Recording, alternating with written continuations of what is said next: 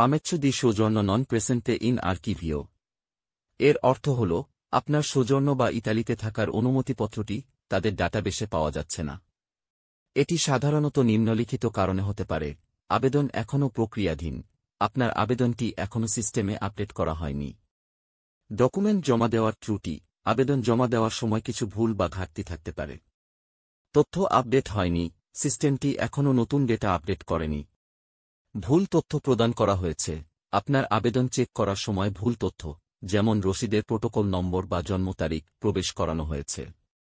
করণীয়: আপনি যে রসিদটি বা রিসিভটা পেয়েছেন তা আবার চেক করুন এবং সঠিক প্রোটোকল নম্বর ব্যবহার করে চেক করুন। প্রয়োজনে কাছাকাছি কস্তুরায় যোগাযোগ করুন এবং তাদের বিষয়টি জানান।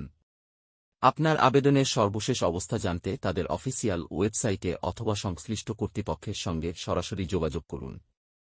এছাড়া আপনি বিনামূল্যে আমাদের আইনজীবীর পরামর্শ নিতে পারেন। ধন্যবাদ।